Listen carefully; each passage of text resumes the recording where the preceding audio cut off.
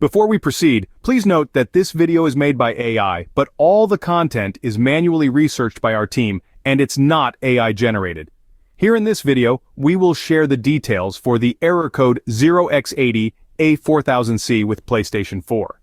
As per our research, this error typically starts to appear when users rebuild their database, and because of this, some of the games get missing, and they only show up on the items flow or similar application. But when they try to launch the game, they receive this error. According to our research, this kind of situation can happen when you build the database. This is not very common, but in a few cases, this can happen. To resolve the issue, all you need to do is to replace the App.db file with a backup or reinstall the games.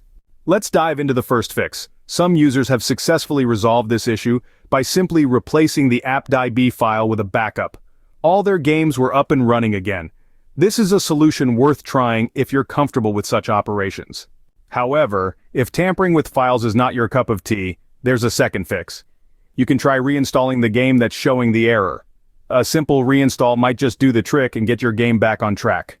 To summarize, the PlayStation 4 Error Code 0x80a4000c is an error that can occur when rebuilding the database. Some games might disappear and only show up on certain applications. When trying to launch these games, the error code might appear.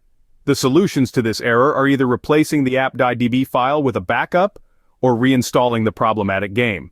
Remember, there's always a solution to every problem. If you like this information, don't forget to subscribe. It will be a great support. And for more tech updates, visit queries.com.